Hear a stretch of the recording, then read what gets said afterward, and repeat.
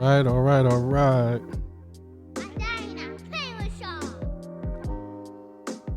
Hello, hello, hello, hello, hello, hello. Hello, hello, hello.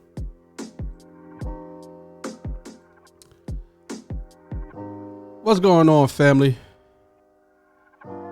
Another edition of the 38 Village, bringing back the Village Talks. And your host is no other than Raymond Kit. How everybody doing? How everybody doing? For those of y'all don't know, we've been doing this 38 Village Day thing now for 3 seasons. 3 seasons, almost 300 episodes. Yeah, I was going crazy. Almost 300 episodes of these talks. It used to be under the 38 Village podcast, just in case you don't know. What's up, baby? How you doing? But like I said, now it's just called a Bringing Back the Village Talks. How everybody doing? I got you, baby. I got it this time. I'm on point today. I'm all on point today. I'm not trying to be preachy today, even though it might just be in there a little bit. I'll be a little preachy, but I'm not trying to be preachy today. I really just wanted to get in here and holler at y'all real quick to see how everybody doing. Really didn't get a chance to do that. I jumped right back into it and did get a chance to see how everybody was doing. All the people out there was with us for the last 2 seasons. I welcome y'all back. And I'm happy that y'all could be here with us. Now, for everybody who knows who been here before, we was working with each other, building businesses, helping each other start businesses, purchasing from each other, building a community. And that's basically what the 38 Village is all about. Now, the dictionary defines a village as a self-contained district or community within a town or city, regarded as having features or characteristics of a village life.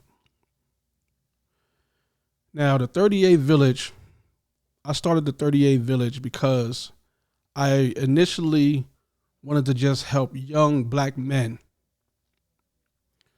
be better citizens, to be better people, and to get rid of the stigma of being this street person or this gangster. And that's where the 38 come from. 38 is for the letters in the alphabet, the C and H. And that came from my parent company, which is Cannibal House. Now, Cannibal House, basically, if you know what a cannibal is basically someone who eats their species. And in our case is we are devouring the stereotypes that they put on us as black people. I want to eat up those stereotypes. You call us a gangster, we want to eat that up. We want to get rid of that. We want to consume that so that we could get that off our backs. We don't want to put the image out there that that's who we are. So that's where, like I said, that's where Cannibal House came from. That's where 38 Village came from. So if y'all see any of my companies, which is about 5 right now, if y'all see any of them with a 38 on the end of my Instagram or anything like that, like the Black Steel Kitchen, 38, all that, got the 38, that's what that stands for. That's for the parent company. Now, like I said, I just wanted to get on here and holler at y'all real quick and see how y'all doing. See if this this village is still here. Now, a village like a small settlement, basically is full of like-minded people. And I know when we was growing up, our village was really big. Right now, how things are, and everybody everybody too sensitive, and nobody wants you to chastise their kid and stuff like that. But back in the days, you used to get chastised by the whole neighborhood.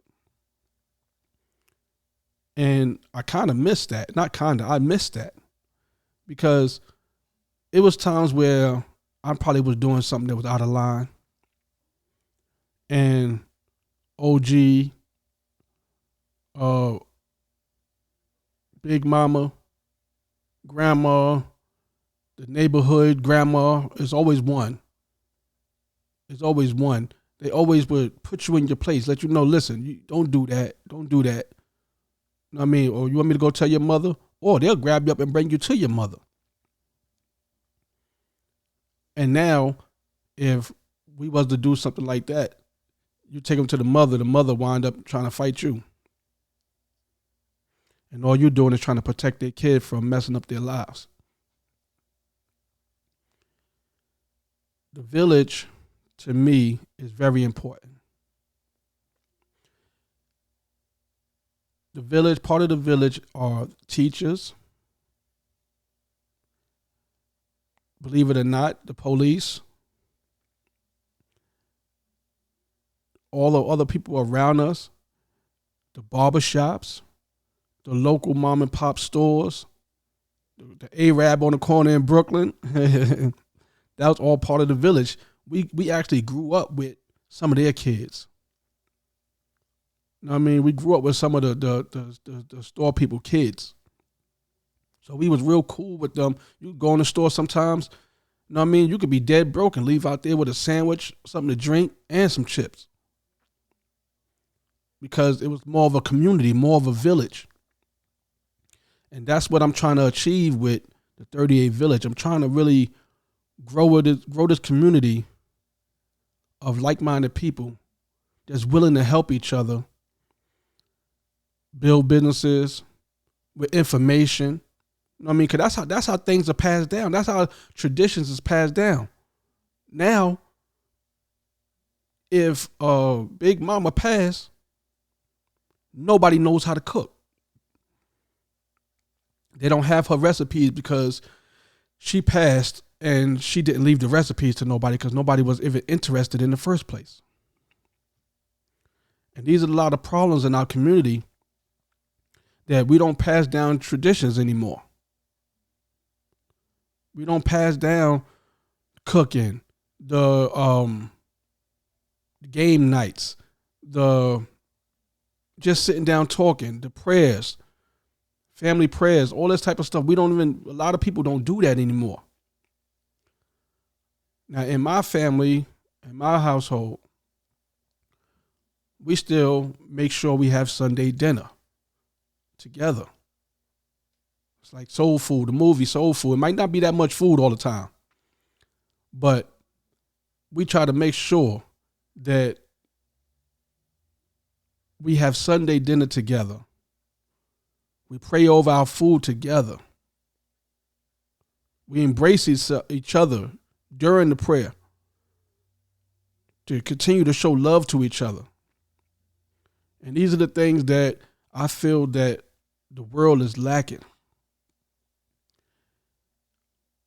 We let society and the powers that be tell us that it's wrong to do certain things.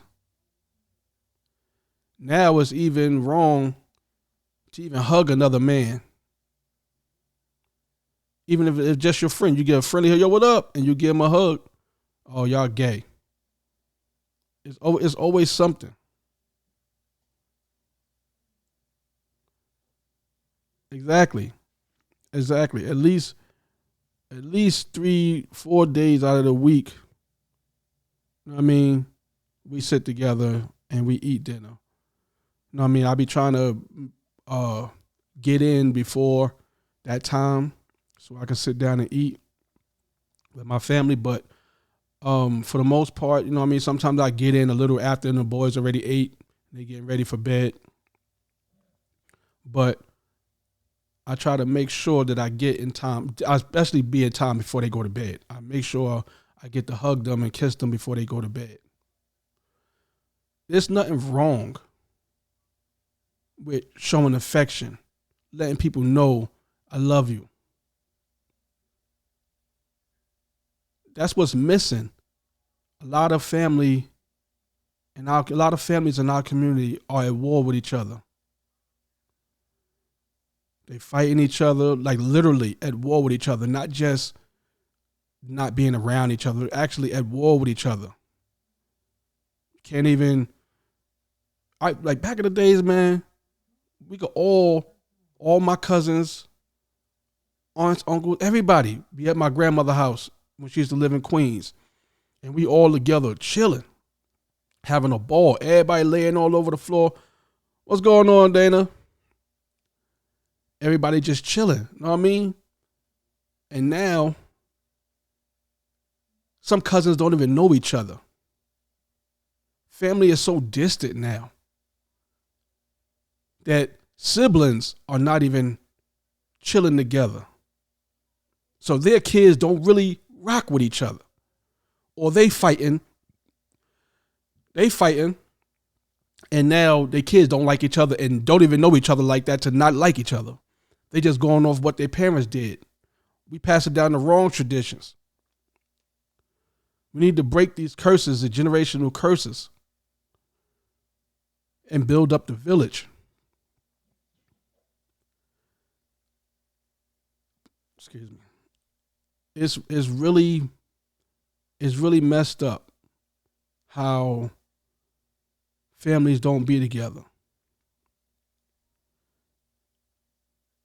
It's amazing. I talk to my wife about it all the time. How her mother's side and her father's side commingle so strongly. They call each other cousins. There's no blood relation, but they call each other cousins because they grew up like that. And that's a lot of love, and I love that my kids have this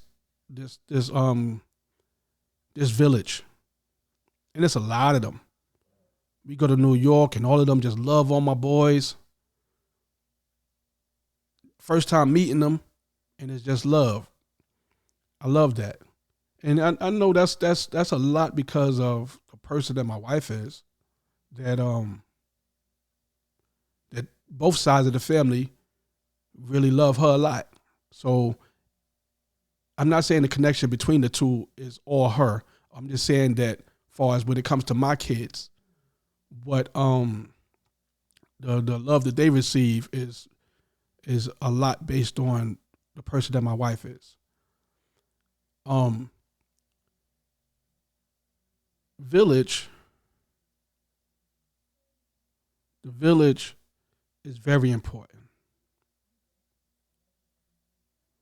See, that's one of the things I'm talking about. I said my parents was married, what does that say, 37 years? And I only know my mother's side of the family. That's really sad. You know what I mean? That's really sad. I know both sides of my family, my mother's side and my father's side. And I have cousins that's very close on both sides.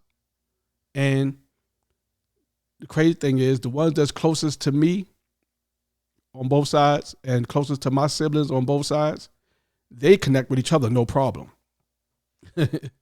So it's just somebody has to be the glue.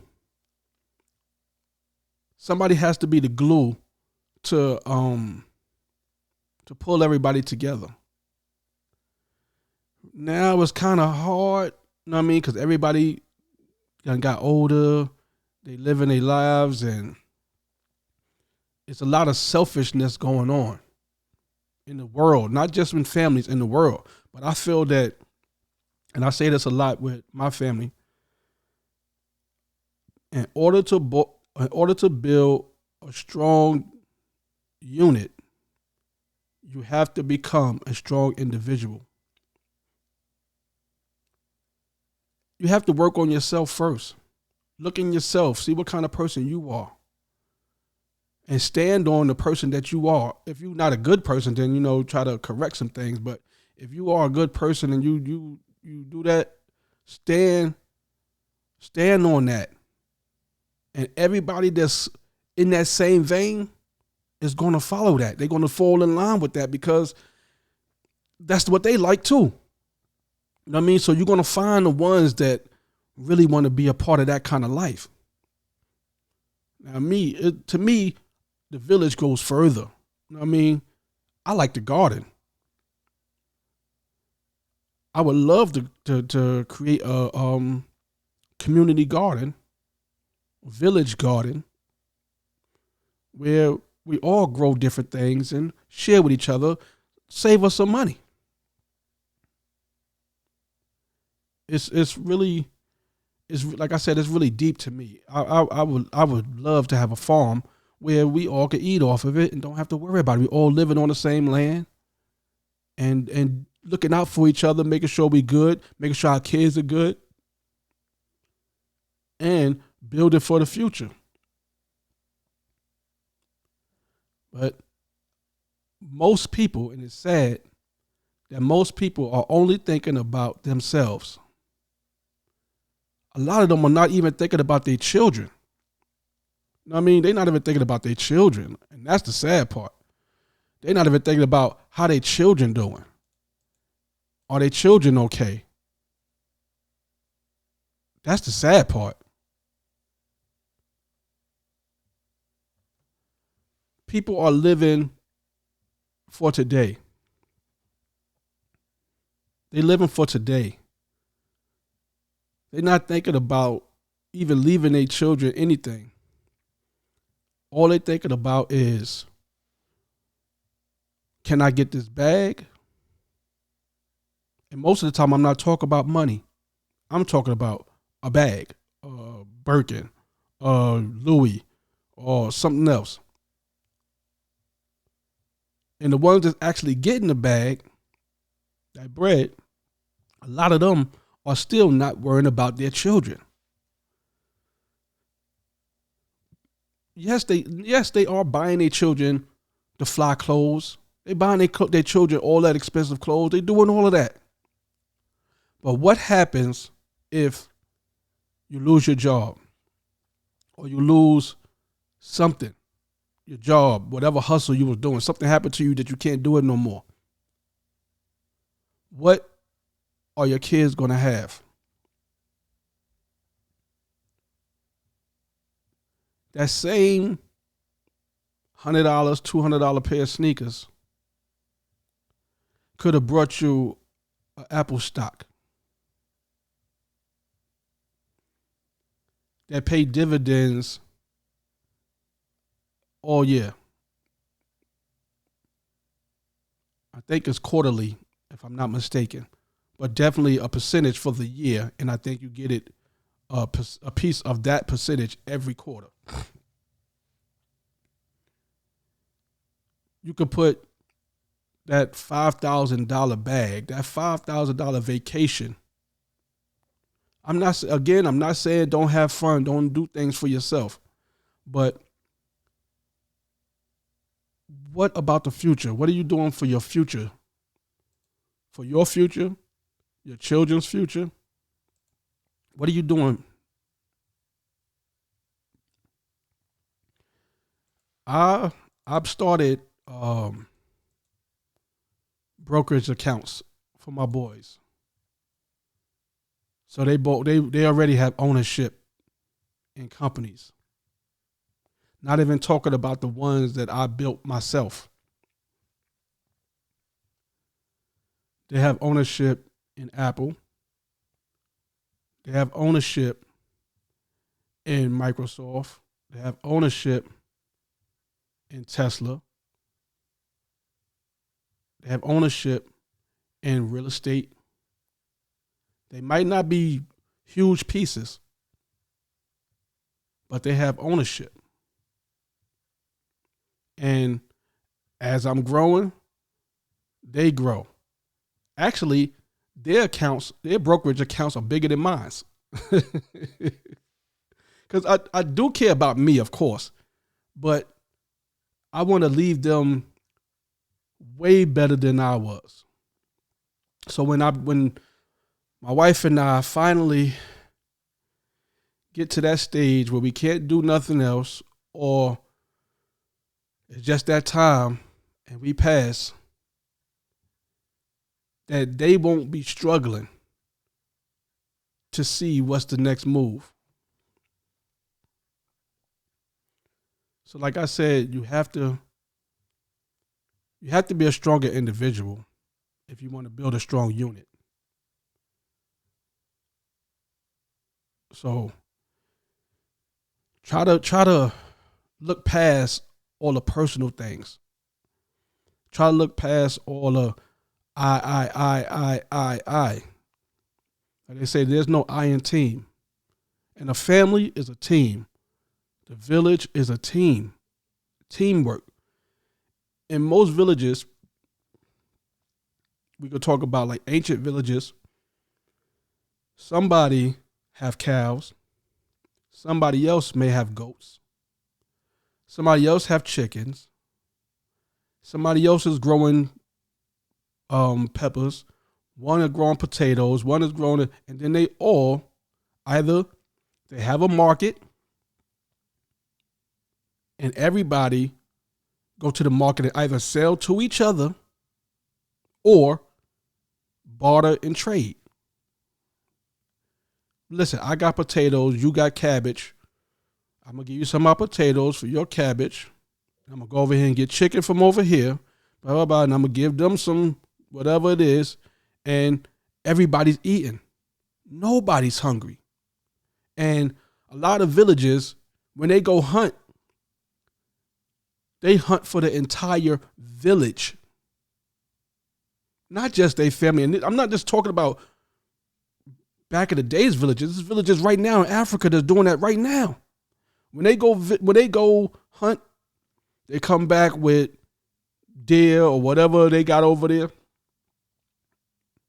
I seen somebody carrying a zebra leg the other day on one of the things I be watching. But they go hunt and they bring back food for everybody.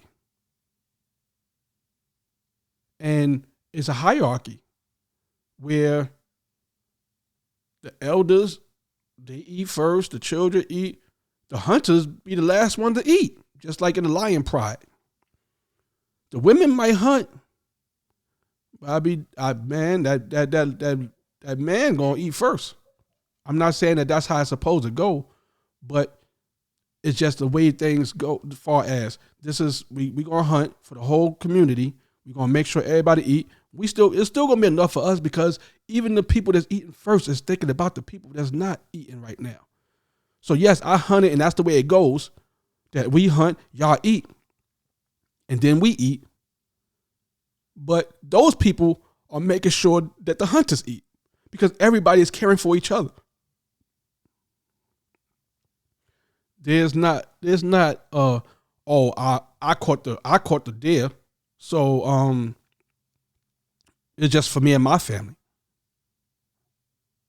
Even if everybody,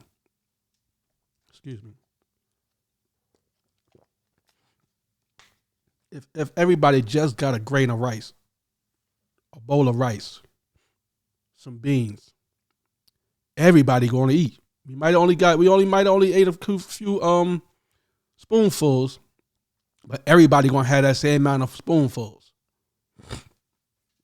Excuse me. The world got us so brainwashed that I gotta get it, I gotta get it, I gotta get it, I gotta get it, I gotta get it, I gotta get it, I gotta get mine, I gotta get mine. Yes, your family is part of yours. You don't get yours and forget about your family. Now, everybody, well, I'll take yours because I eat. But everybody don't have the same um same connection with everybody in their family. So of course, everybody can't be part of the village. They say you have the family you was born into and then the family you choose. Most of the time, the family you choose ends up being more important than the family you was born into. And it shouldn't be like that, truthfully. But there's so much disconnect in families now that nobody is really looking out for each other. Everybody's for self. In the same household, everybody's for self.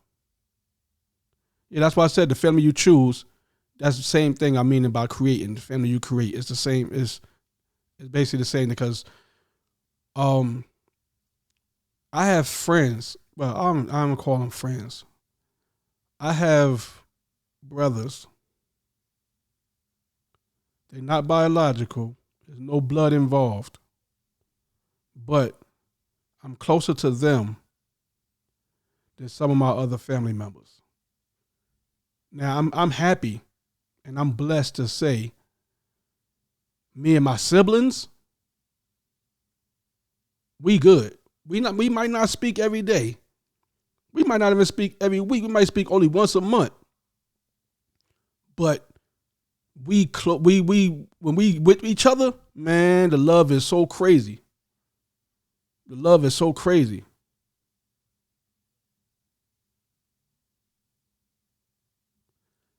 I know. Oh, you talking about the one you create with your? Well, listen. To me, the one that you create with your mate, the family that you create with your mate, even in the if you talking spiritually, is God, then family. So that to me that was a kind of a no brainer to me. That's but I feel exactly what you're saying though. The one that you create is always the first to me after you get married and have kids. That's part of the family is gonna have to come first because that's your priority. That's your priority, and then all the love spill over everywhere else.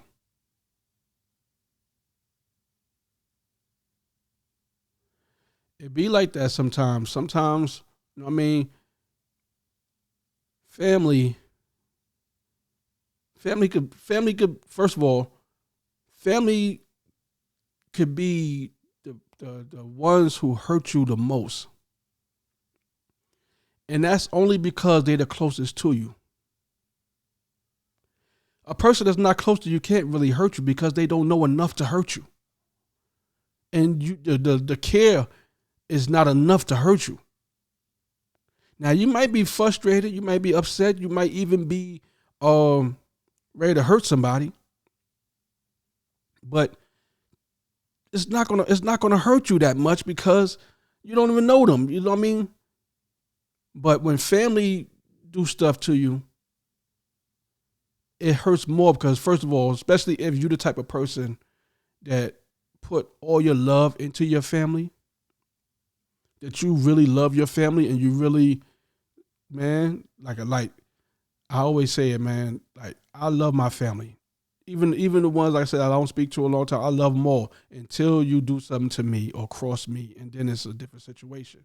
And even then, I still love you, but I just won't rock with you like I used to. Because I'm not gonna stand there for another punch in the face. You know what I mean? You're only gonna hurt me once or twice. I might give you two. They said, first time, shame on you. Second time, shame on me. And it damn sure ain't going to be a third time. A third time, it might get physical. Yeah, from a distance. No, I mean, you don't got to love. You ain't got to be trying to meet up with them and, hey, what's up, yo, when we going to meet up? Nah, I ain't going to keep inviting the punch in the face. That's like your parents or your grandparents tell you go outside to get the switch. You want me to go get the thing that you gonna hurt me with. You bugging. I'm coming in there with a feather. I'm coming in there with the leaves. Even though I never had that, and that's another blessing. I never had that, my parents or grandparents saying that, but I know people that always talk about that switch, boy.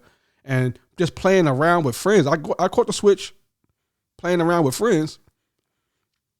And that wasn't no joke. So imagine getting hit by somebody that you can't hit back. See, a friend, I'll punch you in your face. We could get at it. No, I mean, you hit me with a switch. Now it's time to fight. But your parents or grandparents hit you with that switch and you can't hit back. And they ain't just once or twice, man. They tearing you up. So it's like the same thing to me. There's no way I'm going to continue to invite the punishment, to invite the pain. That's not going to happen. I just won't deal with you. I mean, I'll love you from afar. We ain't got to see each other. Now, we got a family reunion. We all there. Hey, what up, what up, what up? I won't be all in your face. None of that. Exactly. You better not slam no door. And see, even that, even slamming the door, like you get whipped and you slam the door, like you said, it can happen again. It can happen. It will happen again. But you slam the door and you're going to hear more than just 2 feet coming. Back in the days, man, you slam the door or you mouth off, every adult in the house is coming to get you. They jumping you. And not saying that I want the jumps to come back, but I feel that if you, and it's messed up that you can't really trust a lot of people no more. It was so different. I did things. I was in I know I told this story before in one of the episodes, the previous episodes, but I was in pre-K, Head Start, whatever you want to call it, and I let my stepfather's nephew convince me to help him set fire to the schoolyard.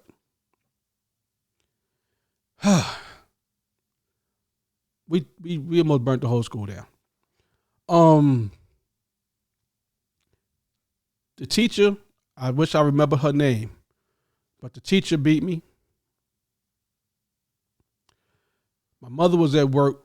She was working for Gimbals, I think, at the time. So she was at work. I don't know exactly where she worked at exactly, but my neighbor from downstairs, Miss Betty, she came to pick me up from school, and she beat me. And then when my mother came home, she beat me. Now, I have to be the stupidest person in the world because the next day I had matches in my pocket and got another beating. But the whole point is, it used to be okay because the people that was chastising you actually had love for you. It's not the same anymore. People don't really have that love no more. It's people that's supposed to love you is the ones that's abusing you, physically abusing you, sexually abusing you. It's a lot of that going around. It's a lot of, like right now, man. Why is there so many videos of people on live killing their kids? What is going on? Like, ridiculous amount of people killing their kids on live. So it's like, it's hard to even think about building a village because who do you trust?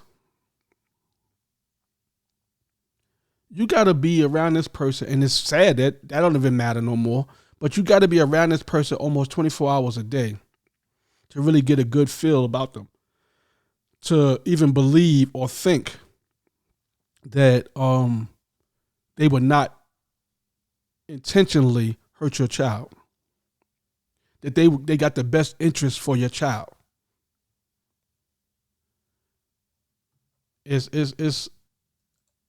It's so hard to even find somebody like that.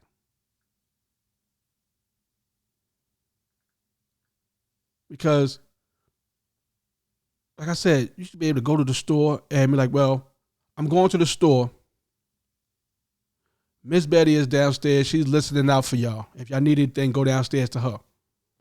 That used to be how it go. And I used to go, and sometimes we used to go downstairs. And I'd be hanging with Clinton, Lethea, and all of them, chilling. You know what I mean? Until my mom's come back or something. And it was never nothing wrong happening. The love was crazy. It was like I was home. Now, you can't even let your kids go to the other parent's house without worrying about them being physically abused, sexually abused, emotionally abused, or murdered.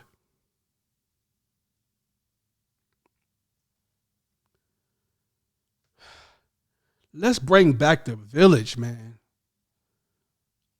Let's bring back the village. Let's bring back where we all look out for each other. We building up our communities. We buying from each other. Where we don't have to worry about none of this stuff. And if it was a thought that something was going on and another parent seen it, they would step into the situation. Hold up. Why are you talking to this little girl for?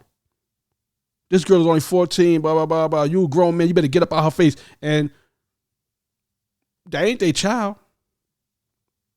And now people want to pull out their phones and record it instead of stopping it.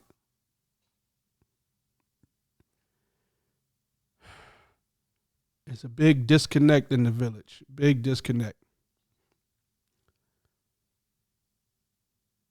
I'm really trying. I know that's right, girl. I'm going to jail too. But I'm really trying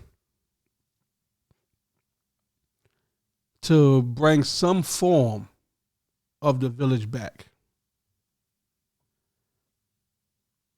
We start talking here, which lead to meetups, which leads to everybody chilling and vibing together and calling each other family. Later on, like I said, when we talk about family reunions, we not even talk about blood relations no more. We just talk about all of us meeting up and happy to see each other every time. And when we get together, it's a good time. Excuse me, no violence. And we making that money together. Because there's no getting around the money. That got to be made because this world is all about that. So in order for us to grow, money have to be made. Get on some real estate deals together. Start a business together. Now, they say, it'll be a little tricky starting businesses with friends and families. But if you build up, the individuals build themselves up, and together build a village, and everybody has a stake and how that village has grown. And it's important to everybody. I think that'll work. I think that'll work. But we all gotta look into ourselves. We all gotta look into ourselves and see what's wrong, what's right. Get rid of the wrong and build up the right. It's a lot of stuff that I know I need to change. Now, when it comes to family and kids, I've always been a protector. I don't care what the situation is. I can't see you hurting a kid, and I'm not going to let you hurt my family. I done put myself in situations a lot of times because of my family. And I don't regret it at all. Now, some situations I might not put myself back into. I might not put myself back into that situation because I know that it's not reciprocated. But I still can't let it. I can't see it happen. If it happened already, I ain't running out there to help. For some people. But in order to build a strong unit, each individual had to build themselves up. A building is not strong if one of the beams are weak. I know you heard a chain is only as strong as its weakest link. We use that a lot in our family meetings. And that is so true. If you have somebody weak in your circle, it's not going to work.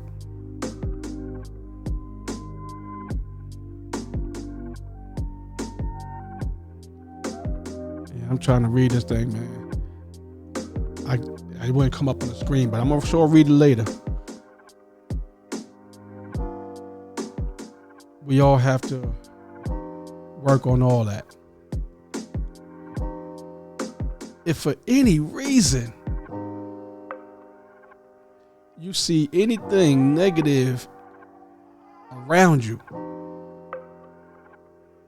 you got to get rid of it. Family, friends, job, whatever it is, you got to get rid of it.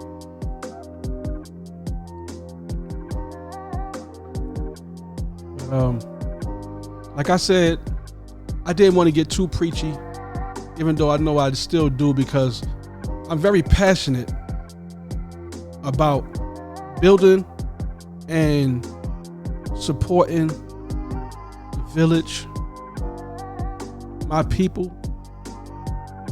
And I just really want a lot of us to open our eyes and see what's going on. This world has never been for us, especially this country. And we need to look after each other. I love y'all. Peace.